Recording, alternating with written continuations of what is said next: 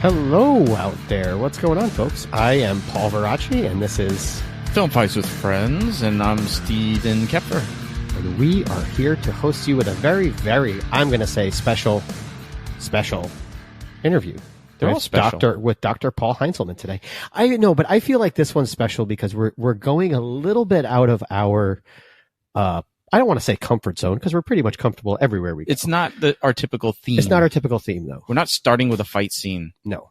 Although this, in a way, like philosophically, this is about a fight. Ooh, right? That's true. We are sort of encouraging a fight in the industry for better standards, you're dude. Getting deep, Steve. I know.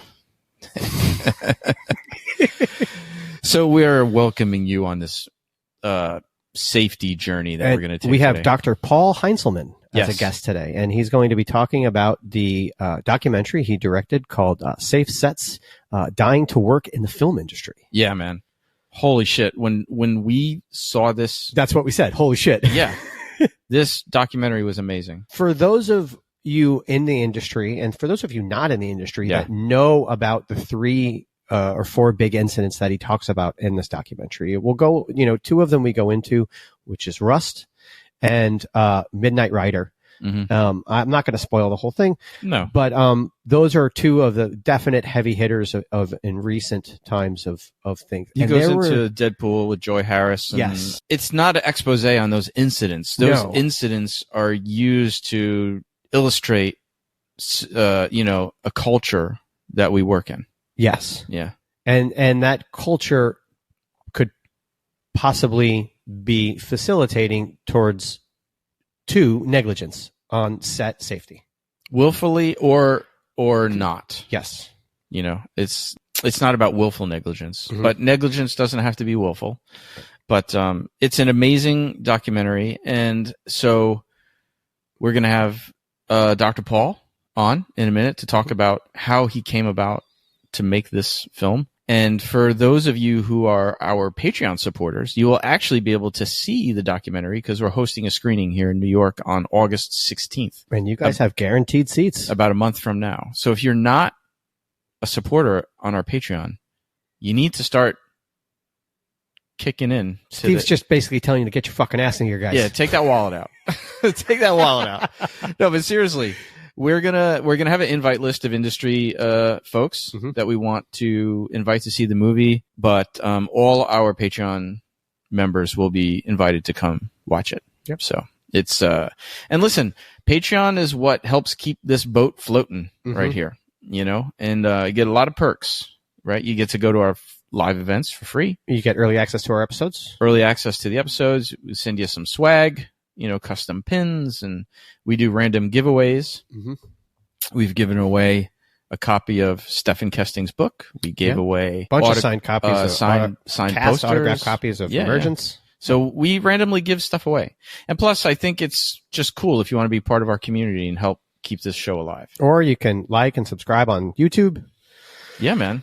Right. Yo, speaking of YouTube. Oh, what do you got? No. Oh, we got our YouTube fans. We got shout outs, some man. good because, shout outs on YouTube. we got this made me feel really good, right? Because we're a new podcast. And as we approached season 2, the beginning of season 2, and we're already 6 episodes into season 2, but because we batch these things, we're just talking about this now. Right. We got a lot of love on our YouTube channel and engagement of people saying they can't wait for season 2. Mm-hmm. It was amazing. And what's so funny we love you guys is I never thought that. Yeah, man. I don't know. We got it's funny. The funniest one is my wife's review that I read, which she's like, she's like, this might be a gimme. I'm like, but the fact that my wife will listen to my podcast after listening to me all fucking day must say something. Yeah, totally. But so we want to thank Combat Principles MMA, who is Josh Peters. Josh. Yep. And we want to thank Frankie Bay, second time commenter on our YouTube. Nice. Yeah. Frankie posted, this show is great. 5 exclamation points. Season 2, let's go. Awesome. Thanks, Frankie. Yo, Frankie, man. And Mark Rose, Stunts, also a second time poster. Wow. Dude, So we've got some re-engagement. Re-engagement. That's the best. He put, looking forward to season 2. This show is awesome. Very educational. Oh, thanks so much. Yeah, man. Hopefully season 2 will be just as educational. And then Julio Rivera, who is BJJ black belt. I'm like, here we are again, BJJ black belts. Yeah.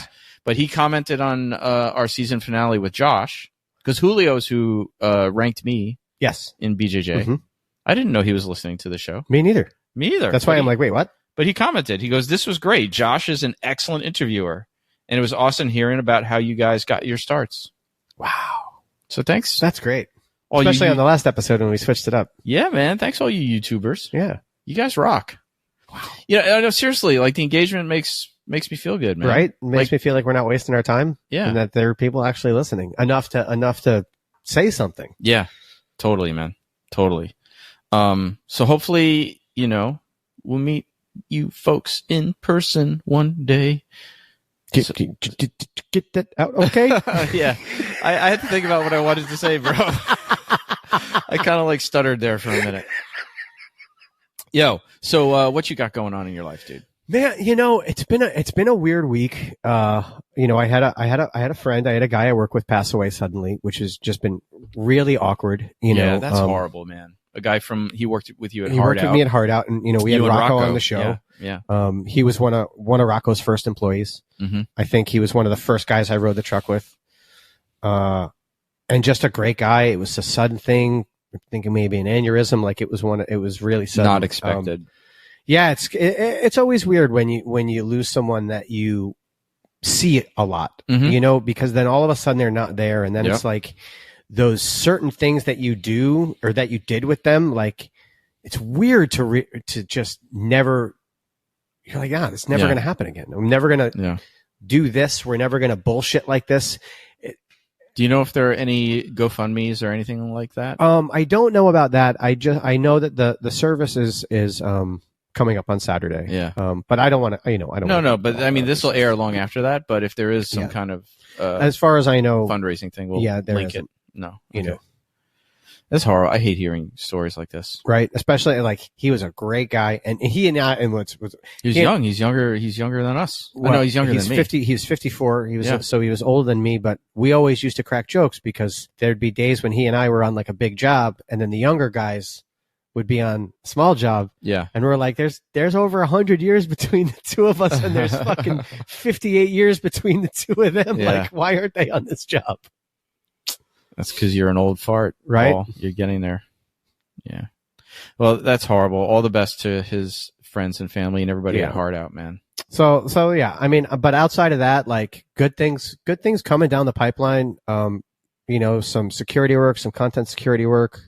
Be happy to just get some work on a show. Stunts or not, steady work. No, nothing's steady. No. Steady work is, so I'll take some steady. But speaking of work, remember an episode or two back, I was on a rant about auditions. Yes. Yes. Well, I actually nailed that audition, so I owe you, and Jabari. This was the funniest audition ever because I'll tell you anything. We can share the show because it will have aired by the time this episode airs. So, and I had a great time on the show. This was on the series finale of FBI Most Wanted. Mm-hmm. So, I got to play a Russian Orthodox priest, and we'll put some. There were definitely jokes going on set, but. A lot of Pope jokes because this is when they were looking. Looking for a new Pope. Yeah. So me and my wardrobe and my robes and the makeup was great. This like long ZZ Top beard, Yeah, you look like you walked around with one of those big fucking metal crosses and just used to like whip the fuck out with those. Yeah, man. You just flog people. Yeah, that's the kind of priest you look like. I'll do it. They gave you that big bushy fucking. Yeah, man. You kind of look badass. So it was fun. I was actually playing a small role, so it was cool. So yeah, that has already aired. So you guys, if you're interested in checking it out, go back and watch the series finale of FBI Most Wanted, and you'll see this priest get choked out here. So the funny thing about this fucking audition that this guy didn't have to do, and I use that word exactly the way I meant to. He didn't have to do anything. Yeah. So, well, no, I had to act like I was choking. He had to act like he was choking, and then and then the guy behind him had to read, and I had to read, and he had no fucking lines. Yeah, man. That's what I'm saying. I owe you guys a beer. Big time. You owe 20 years of training and being choked out every day in this gym. So the show is co-coordinated by Declan Mulvey and Natasha Bombry, and Declan was on set that day, and I love working with Declan.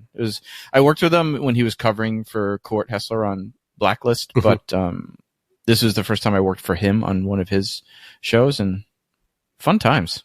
Really good people. And I got to see Tim Gallen, who we had on the show a few weeks ago. And if you remember, Tim, at the end of our episode with Tim, I said, I hope to see you on set soon.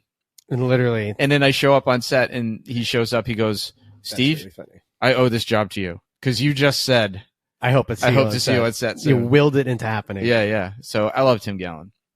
So anyway, yeah, some cool shit going on. Anything else we got to plug? Yeah, the Art of Movie Making Film Festival. Oh yeah, our we're sponsoring this festival. Our sponsoree. Sorry, festival? I had a meltdown. Yeah. Wait, no, that's supposed to be me. I'm supposed to have the meltdowns. Right. We both had one. But yeah, so that's coming up this October. The Film Freeway link will be in the show notes if you want to submit for best stunt performance. The winner of that category we will invite to be on this very show. Boom. So head on over there and submit if you've got a performance that you'd like to submit. And we also have our screening of this documentary we're going to be talking about coming up. Yes, August 16th. So definitely jump on our Patreon if you want to invite to that live event. All right. And it's cool to meet the other Patreon folks and people in person. I love that shit, man. For sure. And before we go, we never really plug ourselves. It always feels weird. But it does. We're both bad at that. We're both really bad at it. But hey, listen, if you're in the New York area and you need a studio to rent, a space to do auditions, people to train your actors, please come by. You know, reach out to me and Steve. Breakfall Studios, Film Fights with Friends Pod, or Steve and I individually. They all connect to the same place. Yeah, you can find us. We're this studio that you always see in the background here. We held auditions here for John Wick 3. We've had actor training here for Raising Kanan. We've had some pretty cool people in the house here, and also student films and also indie films, and phones ringing and things are happening as well. Yeah. There's things coming up. If you need a space in Midtown Manhattan, it's like I won't say the production, but we are going to be renting to a production soon. Exactly. And it's because the actor lives here in New York. They're filming somewhere else, but the actor needs to train, and they're living here in New York, so they're gonna be here. So we're a very conveniently located spot right in Midtown. Right in Midtown. Yeah, totally. So look us up and hit us up if you need anything. And if you want to be on the mailing list, it's Film Fights Fighting with Friends Pod at gmail.com. I think that's about it, right? That's it. Did I forget anything? Bringing in Paul? Just give us love wherever you see us on the socials. All right. Let's bring in Dr. Paul Heinzelmann. Let's bring in the doctor. Dr. Paul Heinzelmann. Did I say that right? You did. Awesome. We're so glad to have you on the show, man. This is really great. This is awesome. This is also our first documentary that we're going over. So this is great. We're going over an entire film today. Yeah, it's a little different than our normal shows. Yeah, for sure. Let's start with this. We were trying to figure out before we got on mic like how we wanted to start this interview, but I did with one of our producers of the show, Matt Kaplowitz, in 2016. We did a documentary on the stunt business called Concrete and Crash Pads. And we, in the process of making this documentary, we had such a challenge getting people that are used to not talking about their careers and sort of being behind the curtain, and we got a lot of doors closed in our face. You know what I mean? So, and it's not only talking about the careers, but you're trying to get them to talk about something that is not talked about. Yes. And when it is talked about, it's still not talked about afterwards.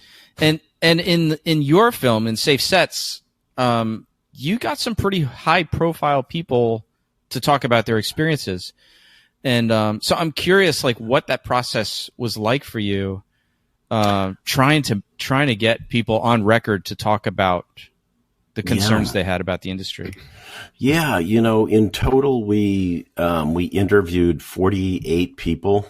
Some of those people decided they wanted to not go forward. So even after we filmed it, a few days later, they decided they didn't want to. At that time, we had a director who organized all these interviews, and it was really sort of, we didn't use social media, but, word sort of got out that we're going to do this project on health and safety. And to be honest, initially we were going to do something that focused more on health behaviors.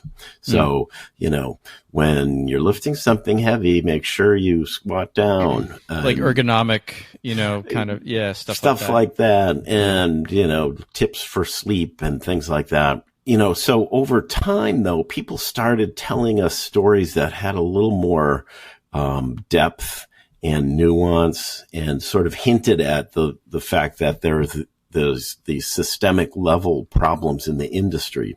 And so I sort of came in as an observer, not understanding the culture of film and TV making at all, and sort of just neutrally observing and sort of second guessing myself. But I got to know a fair number of people. We got people to go on camera that tended to already be established in their field. Right. I think, and, they often had stories about, the days where they worried about being blacklisted, and afraid of speaking out. So, we got incredibly lucky, and we got some great people to go on. We got John Hamm and John Malkovich, and like some really notable people. I mean, a lot of the crew members that were in your film too are also notable for inside the industry. Like the average viewer might not know who they are, but sure. But like you said, it's like there is this fear of blacklisting and stuff like that. And that kind of feeds to the whole initial problem in the first place, like why people don't report issues and why people don't.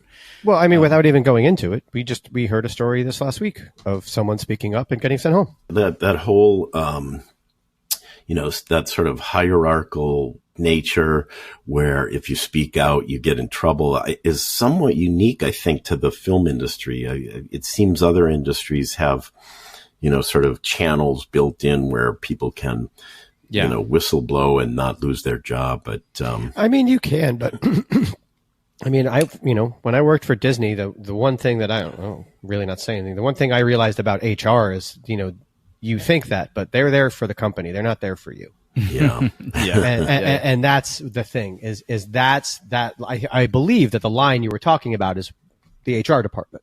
Yeah. But they're not there for the person. They're there to make sure the company's assets covered. And even if you go back in history, and I'm sure Becky, one of your producers, she's really, her depth of knowledge on film world history is pretty amazing. Oh, yeah. But if you go back like to SAG was developed as a guild of unemployed people.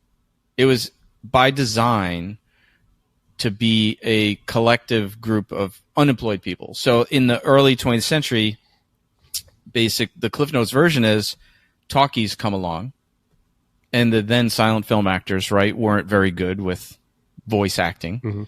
And so theater people started coming into the business and then being abused. And the theater people were like, who were already unionized, were like, no, this is not good, right? Mm-hmm. We need some protections. And so at that time in the studio system, right, all the legacy studios had their actors and you were contracted to a particular studio. And the only way that these big name actors would agree to have a collective bargaining situation was if SAG wasn't a union and wasn't responsible for getting people employment. They didn't want to lose their jobs, right? So by design, from the very early days of this, mm-hmm. it was still about getting your own work, and nobody's going to help you get work. and then people are going to fight you for your work, right? And that, even though now, like all these decades later, almost 100 years later, that cultural foundation is still there. Everybody's worried about backstabbing, or not even backstabbing, just not getting a job, the competition of getting a job, you know? Right.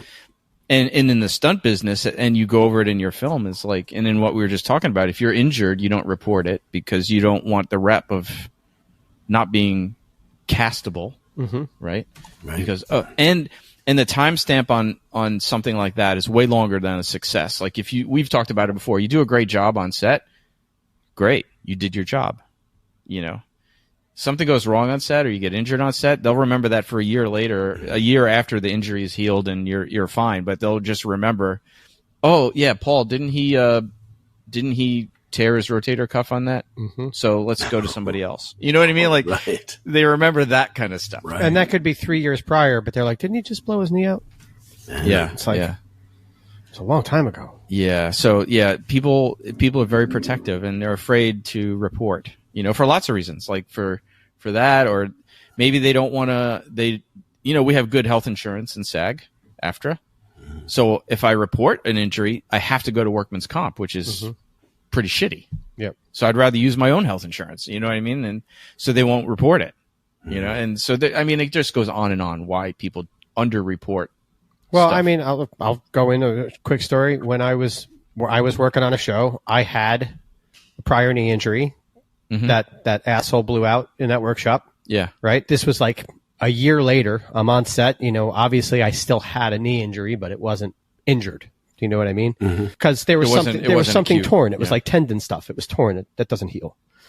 And we were pretty much done with most of the day. And I went to go get some ratchets out of the back of the truck, not doing anything. And I jumped out of the bed of the truck to the ground. Ooh. And my knee went out. And I dropped to the ground. Like I just immediately dropped to the ground, and I looked left and I looked right, and I was like, okay, nobody saw it. Get the fuck up. So I got up and I was like, and the first thing I did was I was like, I need to make sure that I get my walk right in these next 5 steps. So I'm walking clean by the time I get to set and I don't have a limp. Like that's where my head was. Yeah. And I take 3 steps, and the key PA comes around the corner, and she looks at me. She goes, "Why are you limping?" Oh. And I was just like, I was like, nothing. I was like, I just, blah, blah, blah, rolled my ankle. I forgot what I said. I was like, yeah, I'm fine. And literally I went through the rest of the day. Luckily, all I had to do was run. But I had to do short sprints across the room, but I didn't say anything. And then when I went and got surgery, I didn't even bring up, that was how I heard it. I brought up it getting hurt in the workshop. Yeah. Right. Now I tell it because it's so many years ago, but the first thing I did was I was like, oh my God, nobody can know I'm hurt. Yeah. So this brings us back to your point, Dr. Paul. Like, so the people that decided to go public, for lack of a better word, in your film were people that were secure and felt established.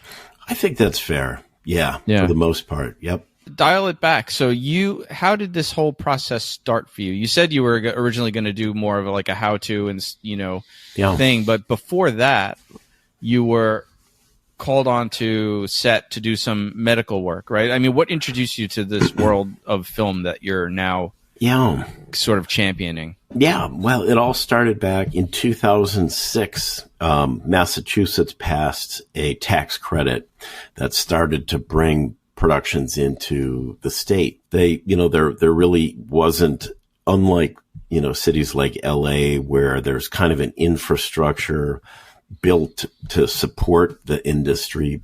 In the early days that didn't exist. And I ended up just simply having a friend in the industry who was working on a project, and they had a producer who was complaining about her ear. And I kept saying, well, just have her make an appointment and come to my office.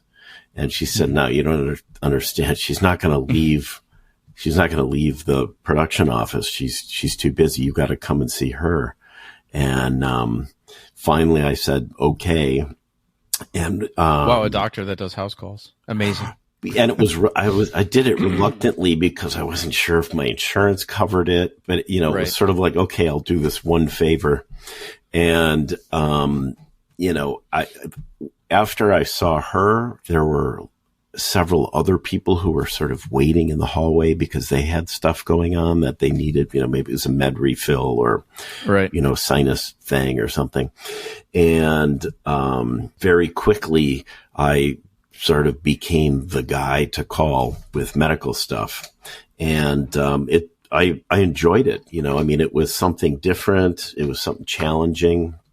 And it's exciting, right? When you're on set, it's exciting. It's an exciting environment. It's very intoxicating. It's like, yes. It's like an abusive relationship, right? When you're in it, it's amazing. Mm-hmm. And then when you're out of it, it's just you bitch about it. Yeah, totally. That's a good analogy. Yeah, it was definitely exciting. And then, just over time, I started to, I had the same year that tax credit came into Massachusetts, I finished a master's in public health. And, sometimes people go and get it's called an MPH, their MPH, to sort of buy time and figure out what you want to do. And some people get an MPH and they're hired by their health department, or they go work for the World Health Organization or something. Right. And I was interested in telemedicine, but not really sure what I was going to do with my degree. And so I was in that sort of public health frame of mind when I started to look at the way the productions run.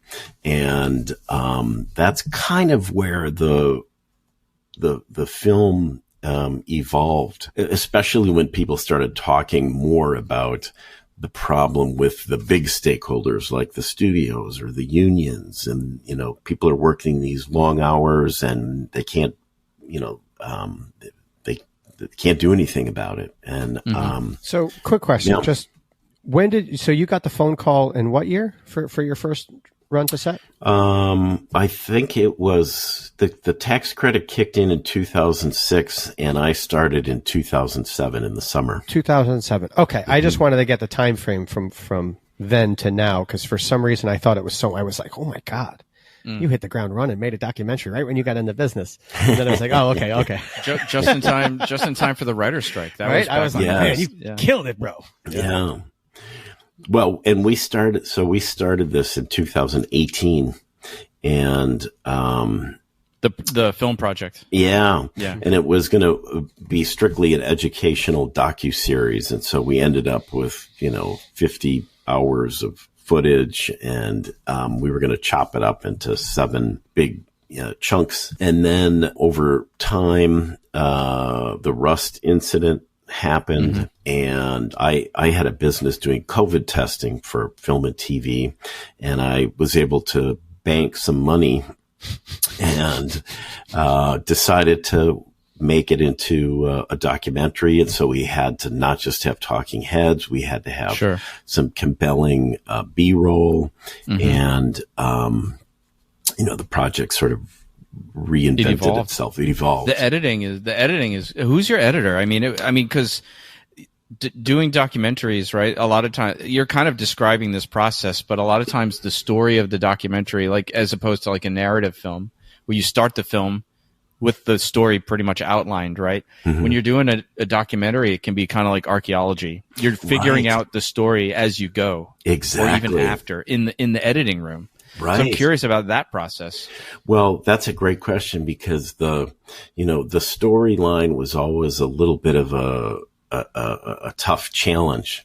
And, I got lucky and I connected with this group called New Doc Editing out of San Francisco, and our editor, Richard Levine, he and I put the story together, and, he's got an editing credit and a writing credit on the project, because we met every week for hours, and he's a bit of a perfectionist, which is great. And we sort of, they have to the be story together. Editors are like that.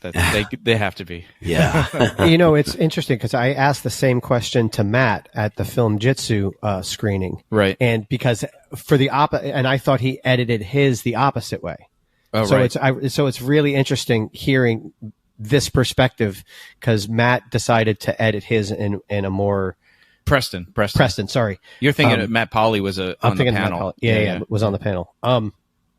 But Preston, I asked why he didn't do like more of a machete and kind of go through each interview with each person and mix it all up, and kind of the way most documentaries are, and kind of the way I felt yours was. It had that documentary flow to it. You went through one story, this guy. Yeah. But then Preston did it completely opposite, and he told everybody's story and then moved on to another story and told that story, but never really went back to another place again. Yeah. The Safe Sets documentary is very organic. It feels very organic. So you had your editor and you. How much time when did it? You said after the Rust incident, or in 2018? That was kind of. Yeah, I mean, so in 2018 we were going to do an educational docuseries, right? And it was mostly going to be talking heads, and then I had someone take a look at what we did. Is we took 40, 50 hours and we chunked it down into 7 hours, and I had this filmmaker named Chris Rodman look at it. She volunteered to look at it. And she said, if you've got the energy and you've got an archival producer and you're willing to dig up B-roll, you could make this into a really interesting documentary, and not just have that sort of educational bent to it. Yeah, and, like you said, not just a series of talking heads on a screen. Right? Yeah.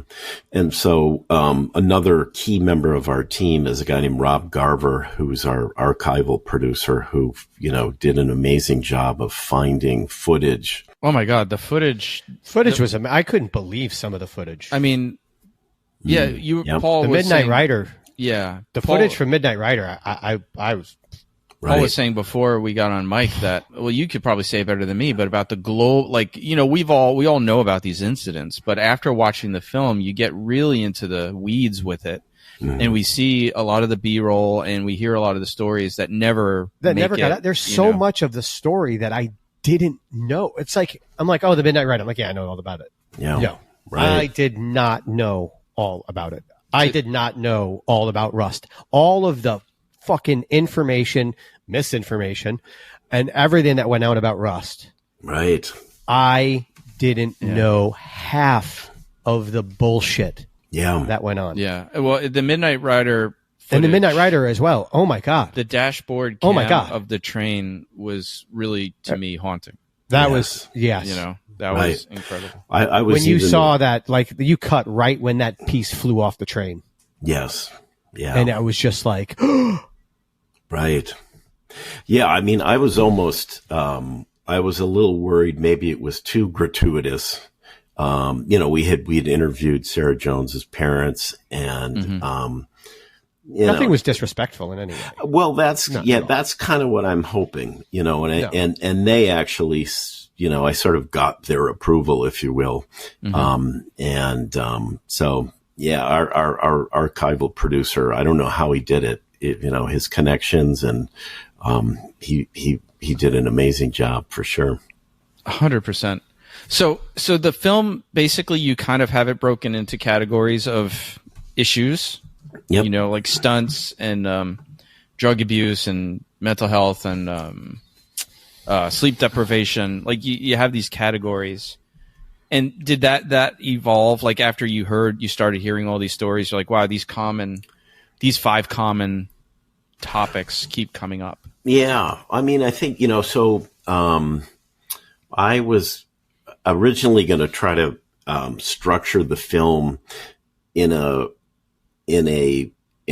theoretical framework that's used in public health called the modifiable determinants of health. And those are physical environment, access to medical services, health behaviors of an individual, and then the social determinants of health.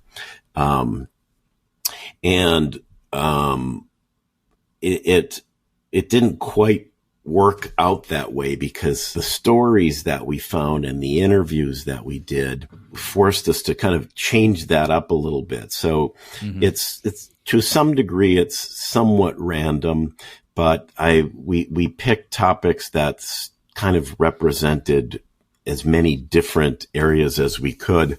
I got a message from an animal handler not long ago who saw the film and said, "Hey, you forgot all about animals." So we did the best we could to sort of pick, the lowest hanging fruit and, some of the, those are some pretty messed up stories. Yeah. Animal stories. Oh yeah. Like anytime you back in the day in the 90s when you saw a live action movie with animals, I kind of can't watch those anymore because now I know what happened. Yeah. Right. Not to just one, but multiple animals during, like, what was it? Homeward Bound? Oh, please go back to the early days of the scene with the cats and the raging river. Yeah. Like a bunch of them drowned. Like how many horses were intentionally killed and things like that. And Lord of the Rings, I think a lot of horses died, right? Wow. I don't know, but I'm thinking like even further back, like, to like the Ben-Hur days and the early days where the animals were disposable, Right. So you found these 5 categories. I mean, the categories make sense because it's something we can all relate to, it's I mean, in and out of the industry. I mean, every single person who sees this at some point in their life has been deprived of sleep and can somewhat understand like what that does to you. Sure. Right. Exactly. Yeah. I feel like we landed on sort of the key, the key issues for the most part. I mean, I'd like to get into some of the stuff a little bit. We don't have to go into the weeds, but so let's just like spin the wheel and pick a category. Sure. Like substance abuse. What do you find? I know they're all sort of interrelated, but what would you say common issues are that in your perspective as a public health person and a doctor and someone outside the industry looking in, what needs to be done? It's a big question, but what needs to be done? And maybe tell us a little bit about a case that's in the film. Dr. Paul, how are you going to stop the drug problem? It's a good question. I mean, it's we found some data. Yeah. And, so first of all, on all of these topics, we tried to look for research data that had something to sort of, sink our teeth into a little bit. The data on this topic came from Health and Human Services, a group, the acronym is SAMHSA, and it's substance abuse, something or other. And it lists the different industries that struggle the most with things like illicit drug use, and arts, entertainment, and recreation was one of their categories, and that was the second most common industry to be dealing with that issue. Just sort of anecdotally, the sort of the personal vignette that we used in our film was a guy named Luke Scott, who was a young PA who had an addiction to heroin that killed him ultimately, but it wasn't just heroin. It was other opiates. And, as, individuals that have sort of an addictive personality, there'll be sort of a stimulant to get you going in the morning and a sedative to keep you going at night. And, what amazed me was that, he could get what he was looking for right on set. So it tells me that there to a certain level, it's built into the industry. The challenge, about what to do with that is tough because, the argument that his mother makes and others is that there should be a focus on harm reduction, which is really taking the standpoint that we're going to acknowledge that there are people that are using drugs, and we should make things like naloxone available. The studio, the argument on the other side is hard to understand. Some of the set medics would call me and secretly try to see if they can get naloxone. And the implication is if you are preparing for the possibility of an overdose, if something awful happens, then you're accountable. And so, that's part of the dynamic of trying to deal with that problem. And that just to pause for 1 second, that is an issue, because I know you brought up the film brings up in the stunt industry, that there are no sort of levels of qualifications or anything. Like when you get into SAG-AFTRA, you can just say, you just pick what category you're going to be. I'm going to be stunts. I could have chose dancer. It would have been really funny. Nobody wants to see me dance, but and the question has been raised to the union in the past, about sort of getting behind some training programs, not to certify somebody as an expert stunt performer, but to say, you need to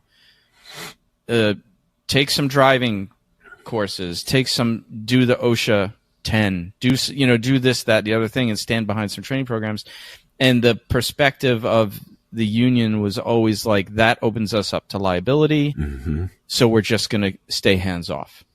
Yeah. Which, by the way, they totally backed off on that rationale when it came to the hashtag #MeToo stuff, because now they stand behind and advocate for very specific training programs for the intimacy coordinators, right? Yeah. But they still won't do it for stunt performers or anything like that. Wow. Oh, that's interesting. But to your point, yeah, the studio is basically giving you this sort of double speak, right? It's like, well, if you acknowledge that there's a problem, then we're liable. So we don't want to prepare for something that we know exists. Yeah, right. Exactly. And, so the Luke Scott's mother, who's in our film, her mission is to try to get naloxone sort of all over the place. And, in a set medic's bag, for example, mm-hmm. which it may not be in. Well, that's a whole nother discussion. We could do a whole podcast on set medics, which, there, you mentioned it in the film, and I'm the chair of a subcommittee in SAG working on trying to develop a national standard for set medic level, the level of set medic, like a minimum standard for what level of training and education. Yeah, it seems like almost insurmountable, but I know IATSE has the same goal. I mean, I'm sure you know about the contract services safety bulletins. Mm-hmm. There's not a single one for medics. There's no definition of what you should expect from a set medic. And even though, let's say IATSE local, the New York local has a very high standard of who could be in the union as a set medic, the production is not contractually obligated to hire that person as a set medic, right? There's nothing in the contract that says you have to have that. And the same with the SAG-AFTRA contract. The SAG-AFTRA contract says you just need somebody able to do first aid, and it's very general. That's it. And, which is almost comical, you need a vehicle that's capable of carrying a stretcher. And that's basically all the SAG-AFTRA signatory contract says. Wow. So the productions are under no obligation to actually hire someone qualified, Right. It could be a PA with their AHA first aid CPR card that's never had to deal with a traumatic incident in their life. It was a lifeguard in high school. Yeah. So having even the goal of having Narcan or anything like that in a set medic's bag, mm-hmm. even if you would still need to come up with some definition of what is a set medic, mm-hmm. which doesn't exist. That's fascinating. Well, what I also noticed is that some of the set medics who have advanced training will put things in their kit, like intubation tubes. If someone, you gotta provide an airway if someone's choking or whatever. And they're told to not do that, but they do it anyways because they're like, if somebody needs it right in front of me and I know how to do it and I don't do it, I won't be able to live with myself. Mm-hmm. So they have to sort of secretly,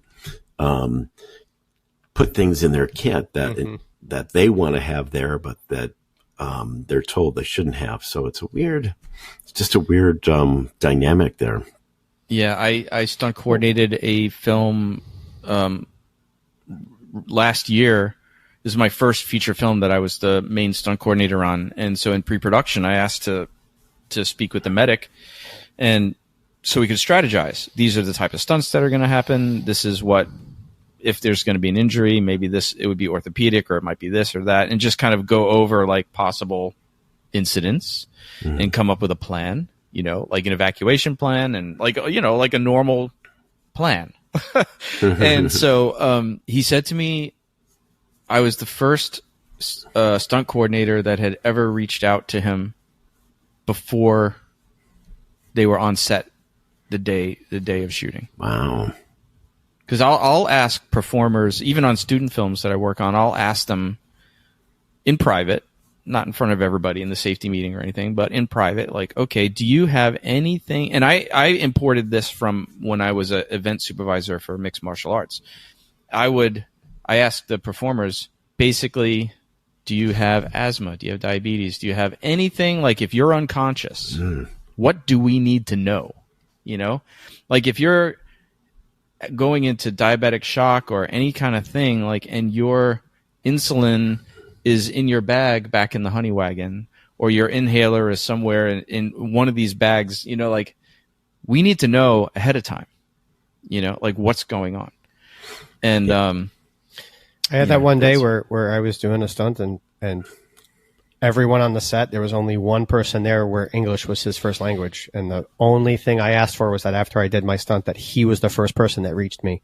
So if I said I didn't want to be moved because something didn't feel right, they wouldn't try and move me. I'm like, that's the most important thing. I need someone who's going to understand me, near me, ASAP. Yeah, this was on a Bollywood film shooting here in New York. So it was, yeah.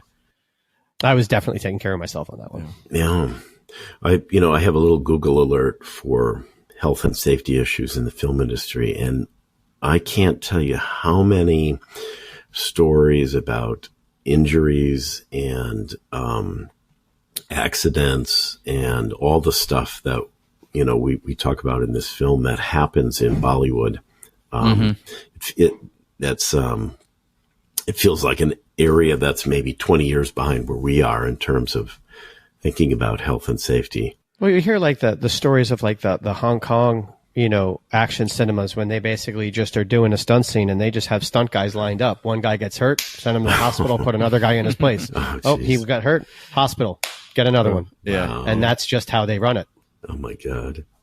So back to the substance abuse though. So there's these two sort of conflicting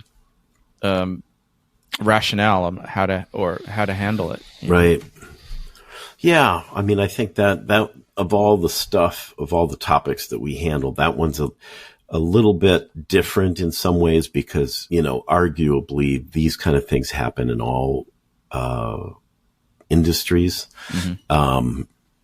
But in the film industry, they certainly could be much more proactive. The folks that are sort of getting by because they're using substances are doing it in secret, and or it's just known and no one's saying anything because it's not affecting their work until it does. Yes, exactly. Right. Like, I guess I'll just go into, I won't go draw the story out, but I told you before when we were off mic talking. When we were off mic talking, but when I was I'm not going to mention the show, but I was working on a show. It was one of my first jobs, one of my first week. I got a call on the radio that there's somebody possibly on the ground in the honey wagon, and anybody who's gone into a honey wagon before knows that when you open the door is eye level. You have to walk up the stairs to get to it. So when that door was opened, I saw the fold of someone's knee on the ground because he was on his knees, and then his head he was just, in the fetal position on his knees, head to head in the ground. And then if you've ever been into a honey wagon, sometimes it's not a perfect square. There's this weird little spot in the front that I don't know what it is, but it's a little angular area for no fucking reason whatsoever. And this guy managed to pass out head first into that little spot. And then his body fell against the door. So he wedged himself. He turned himself into a door wedge. Oh, jeez. So I honestly, I pushed him with my foot a couple of times. I'm just like, yo, what the fuck, man? I'm like, get up. And then there was nothing. And then I jump over and I look over, and whoever it was out cold. And then I hear breathing in liquid, like he was face down, breathing in vomit. So, by then my boss had come, and my boss was like, call 911. And I was immediately like, don't call 911. We have set cops that are 20 feet away. Go tell them, they'll get you a direct line to the medics. And I was like, and we'll avoid a whole lot of bullshit. Mm-hmm. So he went out there and did that. And then by then the set cops had come up, and this was really funny. And you know how sometimes on the outside of a stall, all there is the little, like, looks like a giant thing for a screwdriver. Yep. Right? Yep. So that was the only thing that was there. So there was no way to unlock the stall. And then if it was unlocked, if we pushed it in, we were pushing his neck crooked. Oh, gee. Right? So when we pushed his butt, his head went in and his neck went crooked. Oh my so we couldn't push to get our way in. And then I stopped hearing him breathing in his vomit. Oh, jeez. So then I was like, we need to get him out. And what was really funny is the first thing the cop did was he popped his baton out and he started hitting the flat lock on the door like it was going to do something. Oh, so I'm like, dude, I was like, just hold my feet while I try and go over. And I don't know if you know, but it's only like 6 inches of space in the top of a honey wagon. Okay. So I had to turn. You mean above the stall? Above the stall. It's not a lot of space. Yeah. So I had him, I tried getting up there myself, and everyone just fucking watched. And I'm like, can you boost my foot? Can you, so he, wedged his hands, and I put my foot up and I went over, but then I had to switch. I had to hip switch, right? So I had to hip switch. So my stomach was facing up, and I was able to grab the top beam and then bring my legs down. So now I was standing up on the toilet behind him. Oh, geez. So then I sat down below him and I put my whole entire chest over his back because I didn't know what was wrong with him, and then supported his head and neck on my chest, and then sat him up. Wow. And then I leaned him over, and I opened the door because, again, I'm supporting his head. I don't want his neck to wobble. And then as I open the door and I get him out, the greatest thing happened. And by then the set medic had got there. That's how quick this was. Like, this was a matter of minutes from when I got the call to when all this happened. And the set medic, Mike, was there, and I was like, oh, thank God. And I turned this guy to give his upper half to Mike, and he looked like the fucking Night King from Game of Thrones. That's what his face looked like. Geez. That's what his fucking eyeballs looked like. God. It was the creepiest thing I had ever seen. Wow. So we put him down. We put him, and then Mike starts to go and gives him CPR. I'm checking his pulse, and no joke, like, he touches this guy, and I'm like, dude, he's got a pulse. Mm-hmm. And he looks at me, and I'll never forget this moment. The medic looks at me and he goes, fuck you, he's dead. And I'm like, unless I feel my own pulse, he's got one. Wow. And he checked it, and he was like, holy shit. And then the guy kind of his color started coming back a little bit. Wow. And then by then the set medics, the paramedics had got there. And now he and I are still working on this guy. We put him in recovery position. We're going to do it. And now the paramedics are standing there over us. And I look up at them, and I'm like, do you want to take over? You guys could take over anytime. And they were like, oh, yeah. They're like, you were doing fine. And I was like, okay, well, get the fuck on in here. So then all that happens, and now the cops are standing there, and I'm looking at the cops, and I look down at the ground, and then I see the belt and the needle on the ground. Holy cow. Well, good for you for stepping forward, though. That's the, that's the sort of heroic part of your story there, where you didn't give up on this guy. I mean, I like that part of the story too. Yeah, for sure, but you're right. I mean, in some ways, well, I'm not the guy who stands there with his phone unless it's funny. Unless it's funny, I'm not going to sit there and record. I'm going to help. Yeah, right. But if it's funny, I mean, yeah, and I guess in an ideal world, the studio or production company on some level would try to help this guy. You know, I'm sure he was done. Well, the thing is that, again, now you're dealing with union rules on when it comes to firing someone for substance abuse, and you can't do that anymore. You have to put them in a program. You have to get them help. You can't just fire someone for being an addict anymore. Like, it's especially when you're in a job, in a union job where there's contracts and all kinds of stuff involved. Mm-hmm. So there's that. There's having to see that guy again. Right. Who knows? Some of the people that declined to be in your movie after this is the kind of stuff they were worried about not having work. Yes. Afterward, right? If they spoke up, they would, if not be fired, but not be rehired. Right. Yes. Yeah. Yeah. Exactly. I've never ever brought up the show this happened on, by the way, when I tell this story. No. And I never will. And that's exactly why. Mm-hmm. Yeah. Because I still work with people who worked on that show. And so word didn't get around about this guy, and perhaps he's working again. He's dead. He OD'd. He died. He did die. Yeah, he ended up dying. And everybody knew about this guy. Everybody knew. Everybody knew about this guy.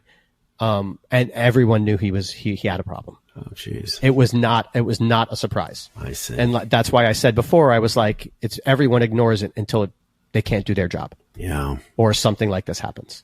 But, and I believe he was a driver of the electric truck. And they just, for 12 hours a day, if you're not moving and they're in one location, that guy's got nothing to do. Yeah, right. So I guess Luke's mom in this case would say, if this was it like fentanyl or some sort of opiate or something, a couple squirts of fentanyl, of naloxone, could have helped save the guy. Mm-hmm. So that, that's kind of the angle on that. Yeah. What do you want? I mean, you told us that after some of the festival screenings of this film that the Q&A became really like almost like rap sessions, right? People really want to talk and share, and like, what do you like? I feel like people do want to share at the same time as they're afraid to share stories. Yeah. And so, what do you aspire to come from this movie? Because you have the unique perspective of coming from the outside into the industry and seeing it from a more objective place with us, obviously from a certain perspective of your education and your profession and everything.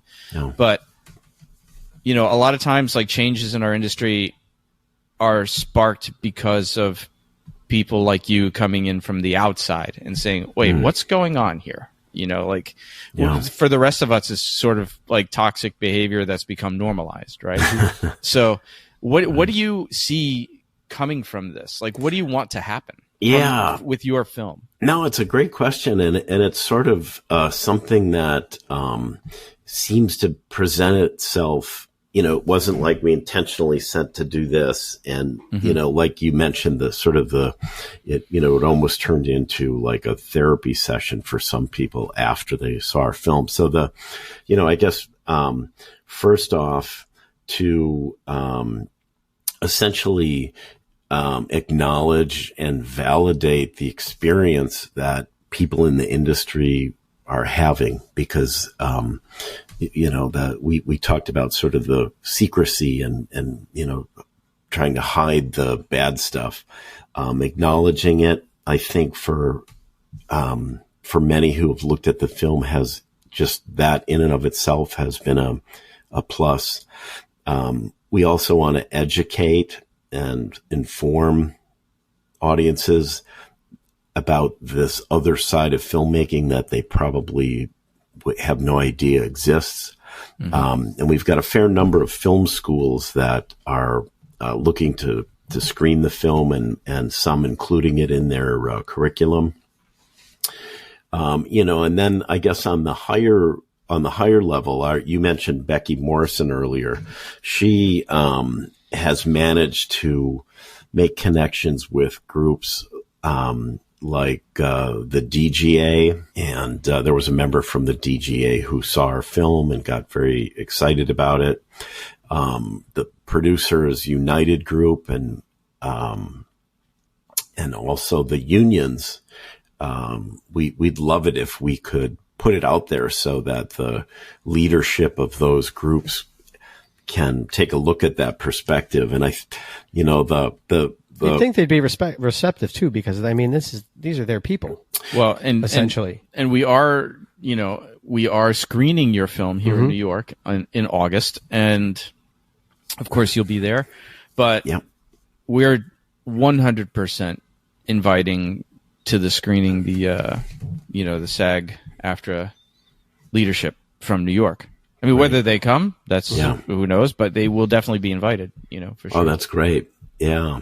I feel like that's kind of, in order for change to happen, it's got to be acknowledged by the folks that are in charge of these, the key stakeholders of the industry have to sort of.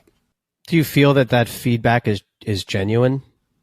Or do you think it's what they're saying it because they have to? Well, that's a great question. Yeah. I think what we've experienced is, we find someone who says, yeah, we got to show this to our group. And then, they end up screening it to a smaller group. And it's sort of, it's a process in and of itself to get it. We haven't sort of gotten it out there in a big way yet. Although the head of SAG-AFTRA, not Fran Drescher, but, Duncan. Yes. Yeah. We're trying to get it in front of him. He really runs it. Yeah. I didn't mean it that way. No. We know what you mean, though. But he's on the business side most. Yeah. Yeah. Right. Exactly. He's on the business end of things. Yeah. They both run it. Yeah. That was a dumb way to say it. But, if we can get in front of folks like that, and if any of them, sort of are moved enough to say, we gotta get this out there. We're sort of hoping for that. We also have the American Public Health Association is going to screen it at their annual meeting. So, outside the entertainment industry, the public health world is, interested in it.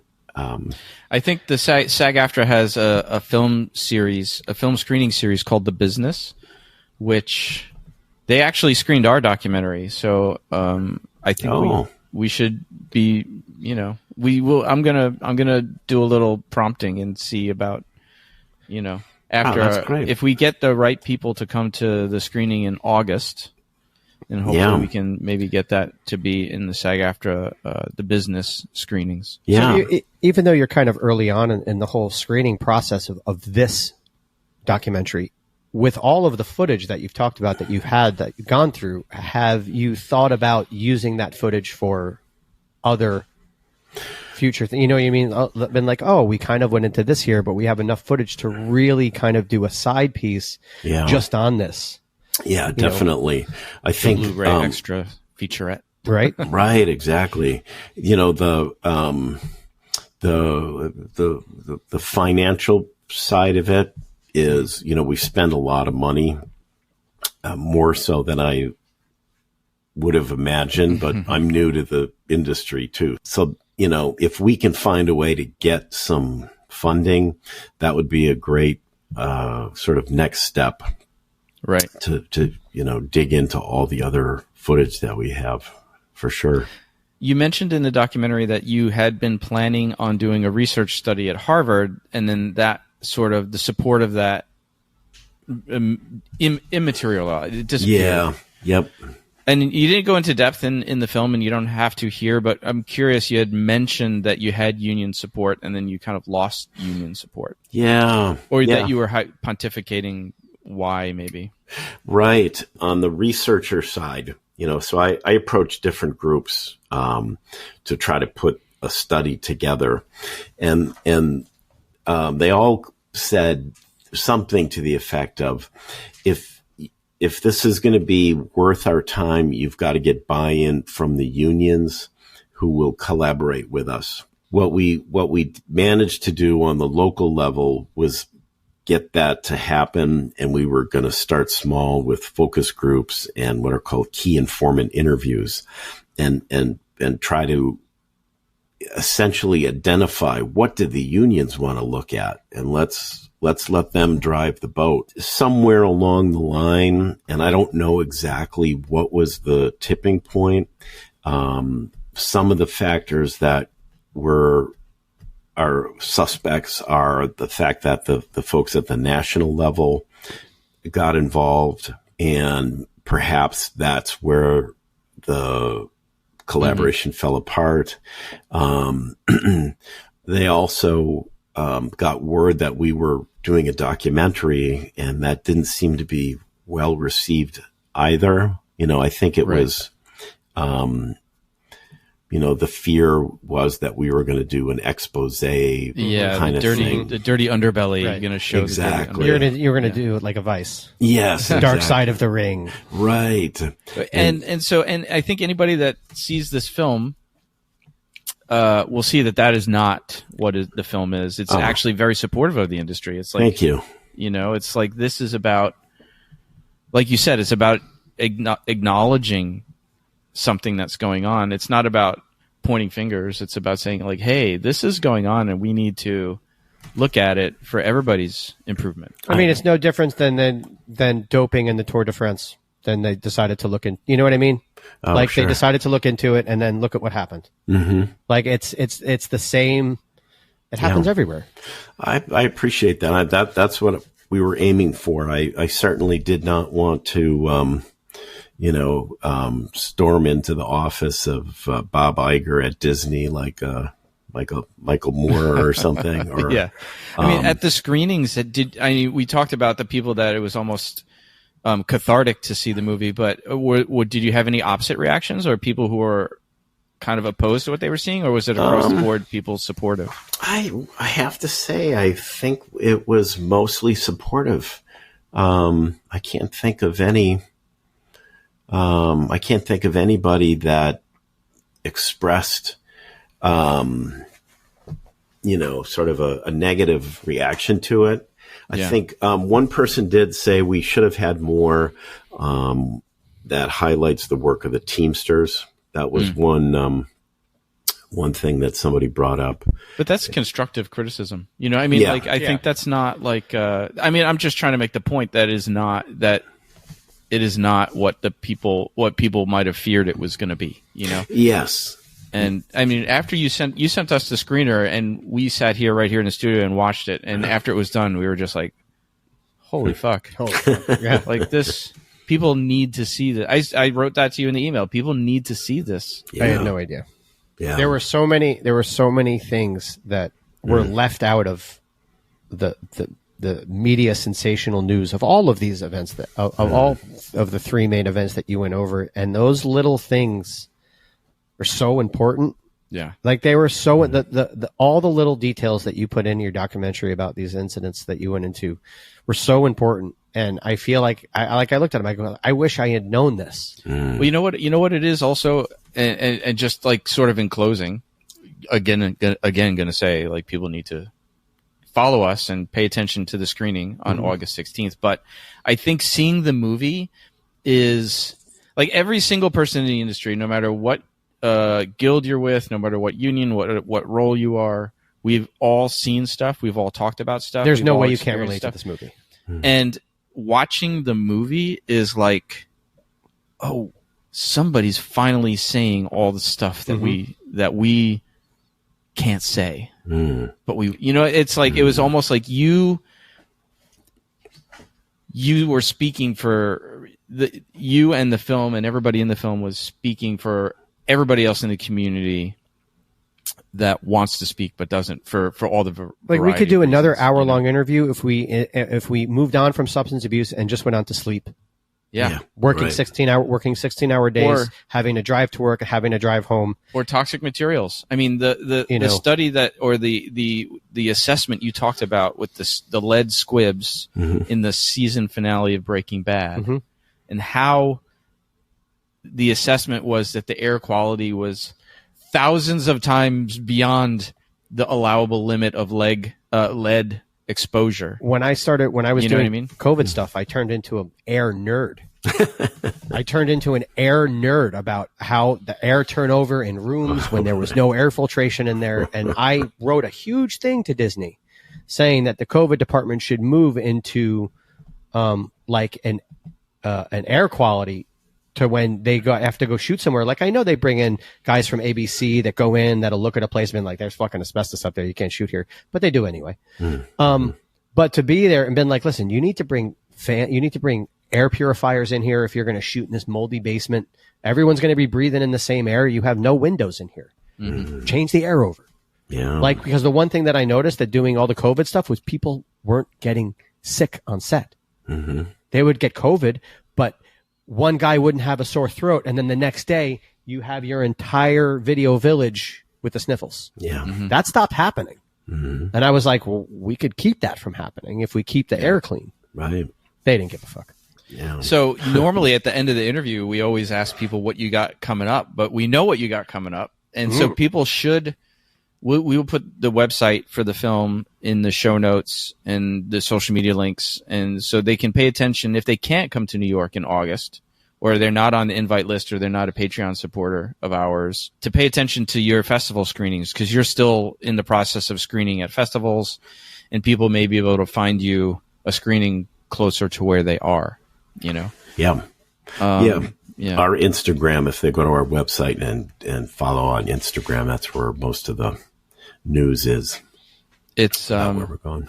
It's a great film, and everybody involved should be really proud of it. You know. Well, thank you guys. No, but thank you. I mean, and I think anybody in the industry who watches it will thank you. Yeah, because, especially for just, I mean, in a weird way, it's having the balls to make it. Having the balls to just make it and been like, listen, there's, and not highlight one specific issue and hide from the rest. You really went for it, and we appreciate it. Yeah, thank you. I appreciate you sharing that perspective. That means a lot. I thank you guys so much. And thank you for coming on the show, man. This was great, and I hope it was good for you too. Yeah, and we can't wait to see you for our private screening. Yeah, looking totally. forward to that, you guys. We'll see you on August 16th, and so the information will be about that in our show notes too. Excellent. Yeah, thanks so much. Awesome. Thanks so much, Dr. Paul. Thanks again, Doc. Okay, guys. Chef from Chef Paul. Dr. Paul. Take care. Film Fights with Friends is produced by Stephen Kepfer, Paul Veracci, Press Record Studios, and Breakfall Studios. This episode was engineered by Richard Butler. This show is powered by our supporters at Patreon and is a registered trademark of Film Fights with Friends, LLC. Original theme by Aru Luster.